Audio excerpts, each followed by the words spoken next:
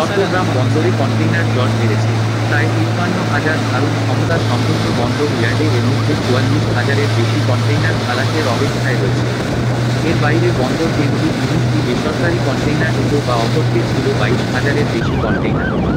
এর মধ্যে আমদানি পণ্যবাহী কন্টেইনার রয়েছে ১৩,৫১৫টি এবং রপ্তানি পণ্যবাহী কন্টেইনার রয়েছে ৮,৮৮৮টি। মূলত সাম্প্রতিক পরিস্থিতির কারণে বন্দর এবং বেসরকারি কন্টেইনার ডিপো থেকে ডেলিভারি কমে যাওয়া বন্দরে এই কন্টেইনার জট দেখা দিয়েছে বলে জানান বন্দর সংশ্লিষ্টরা। চট্টগ্রাম বন্দর কর্তৃপক্ষের সচিব ওমর ফারুক জানান, পরিস্থিতি স্বাভাবিক হওয়ায় বন্দর থেকে কন্টেইনার ডেলিভারি বেড়েছে। ধীরে ধীরে পরিস্থিতির উন্নতি হচ্ছে, এখন যে পরিস্থিতি তা বন্দর কর্তৃপক্ষ সামাল দিতে পারবে বলেও জানান তিনি। এদিকে যোগাযোগ ব্যবস্থার উন্নয়ন সহ দ্রুত কন্টেইনার ডেলিভারি নিতে বন্দর কর্তৃপক্ষকে আরও সক্রিয় হওয়ার কথা বলছেন আমদানি রপ্তানি প্রক্রিয়ার সাথে যুক্তরা। এজন্য স্টেক হোল্ডারদের সাথে বসে সিদ্ধান্ত নেয়ার কথাও বলেন তারা। প্রিন্স খায়রুল আলম সুজন, পরিচালক, বাংলাদেশ শিপিং এজেন্টস অ্যাসোসিয়েশন।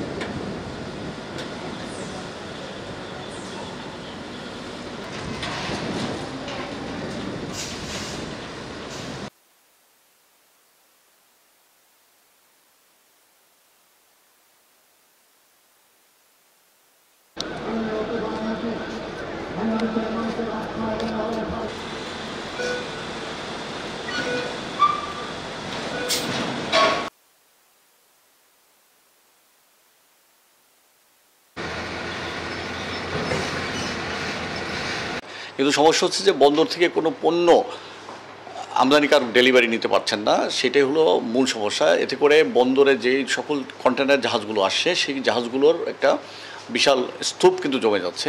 ইতিমধ্যে কিন্তু আমরা যেটুকু জেনেছি যে প্রায় ৪৩,০০০-এর উপরে কন্টেনার জমে গেছে। এই কন্টেনারের স্তূপগুলো যদি কোনো কারণে ডেলিভারি যদি সঠিকভাবে যদি দ্রুত যদি চালু না হয়, তাহলে কিন্তু চট্টগ্রাম বন্দর এক সময় কিন্তু তার যে ধারণ ক্ষমতা তার বাইরে চলে গেলে কিন্তু বন্দরের কার্যক্রম বিঘ্ন ঘটার সম্ভাবনা আছে।